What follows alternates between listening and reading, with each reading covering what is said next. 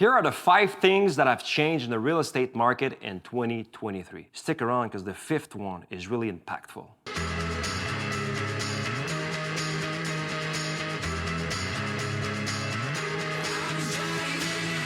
A good part of 2023 is already behind us, and we've noticed that the real estate market is not as strong and robust as it used to be. Some economists were saying that the market was gonna crash, but it's not necessarily the crash. It went slightly down, there's not as many transactions, but so far, we're definitely in a transition market.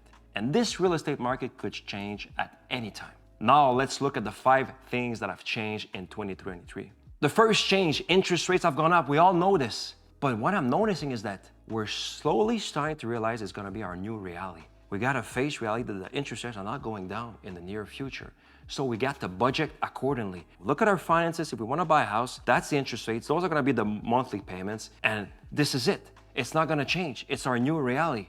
Buyers are much more conservative. For instance, they might be pre-approved at $650,000, but they're choosing to buy at $450,000 to $500,000. They're telling me, Gabriel, I don't want to stretch my budget. I want to go in this price range and I want to respect it. And on the other hand, they're telling me they're willing to make some concessions. What I mean by that, ideally, they'd like to buy a house with a garage, a big backyard, but they're like, it does not fit my budget.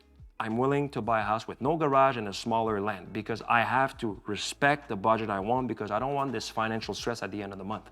I don't want to have my budget, the payments to be so high that I'm stressed that if I lose my job, what if? I want to stick to this budget of $450 to $500. Now the real estate inventory, the supply of homes, well, that's kind of tricky because in some markets, for some products, some price ranges, you'll see an accumulation of inventory of houses for sale. For instance, in the condo market, in the duplex, triplex market, in the secondary homes.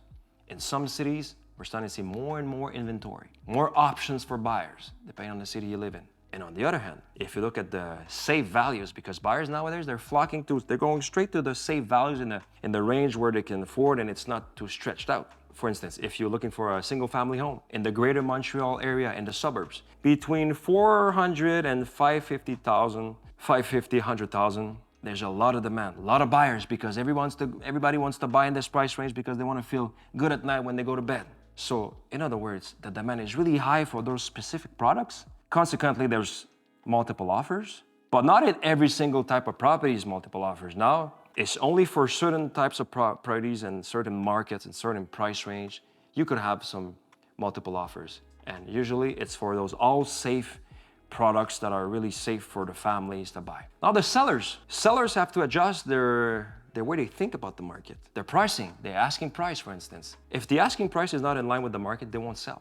It's a big reality check. So most of the time they'll hire a professional, a real estate professional to guide them so that their pricing and all their entire strategy is good because otherwise they won't sell. That's the first thing. And there's no room nowadays for a house that's not well kept and well presented to the market because the buyers won't even go visit your property if it's not appealing to them. So you gotta put more effort and emphasis before the house arrives on the market to clean it, to make it attractive, to make some minor changes, because otherwise you won't sell. There's too much competition. And seller have to be patient because it used to take a couple of days to sell. Now it will take a couple of weeks, mostly a couple of months. It's a mindset shift. They're like, okay, I could sell in 4 months. And the last 3 years, it was a couple of days, couple of weeks. You might have a visit from a buyer. The feedback might say, we really like the house, beautiful house. But still, we want to visit other properties. We want to see our options. Some might think in their head, well, I think I can have a better deal elsewhere. That's the reality we're in. The emphasis has to be on the quality of visits, not the quantity, because there's no quantity of visit aside from all those high demand houses in the suburbs of Montreal in a certain price range.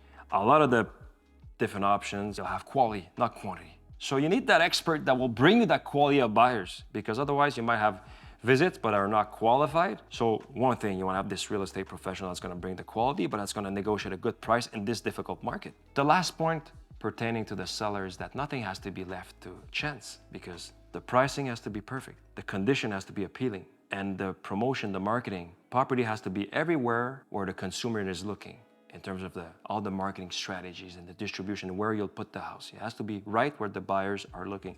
If they're looking on their phone at some specific sites or social media, it has to be there. If this is perfect, then you'll sell.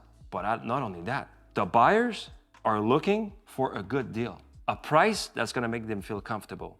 It has to make sense in their mind. So the goal of the seller and their agent is to find every way possible to reassure the buyer, to make them feel good about purchasing the property, because we have to realize that there's a lot of insecurity in the economy, in the real estate market, in the lives of all the different buyers. Their job might be at risk. So when they're visiting, the goal is to transfer that certainty to the buyer. The seller, the agent have to transfer that certainty, that transparency, so that the buyer says, you know what, the asking price is fair. I've looked at the comparables, it makes sense. Everything is disclosed. I'm confident to buy the property. That's the new challenge in today's market. And the last change, the fifth change, pertains to the real estate brokers. A lot of the real estate brokers have already left the industry in the last couple of weeks, couple of months, because it's tougher. And the demands from the public, the consumers, have changed a lot. Consumers are asking for way more to their agent, to their real estate broker. They're asking for competence, for experience, for guidance, for that transparency, for that level of service. They're willing to pay. Some clients of mine will say, Gabriel, I'm willing to pay you a commission, but I want to make sure that you have my interest at heart, that you'll give me that level of service that can get a hold of you at any time. I want to feel that extra mile that you're doing for us. And those real estate agents that will provide this level of service will succeed. And those that won't be able to adapt will have to leave eventually. So this is the kind of market we're facing for buyers and sellers. A lot of uncertainty. And buyers and sellers are looking for that rock. You know, they want to have that level of certainty. They want to be reassured.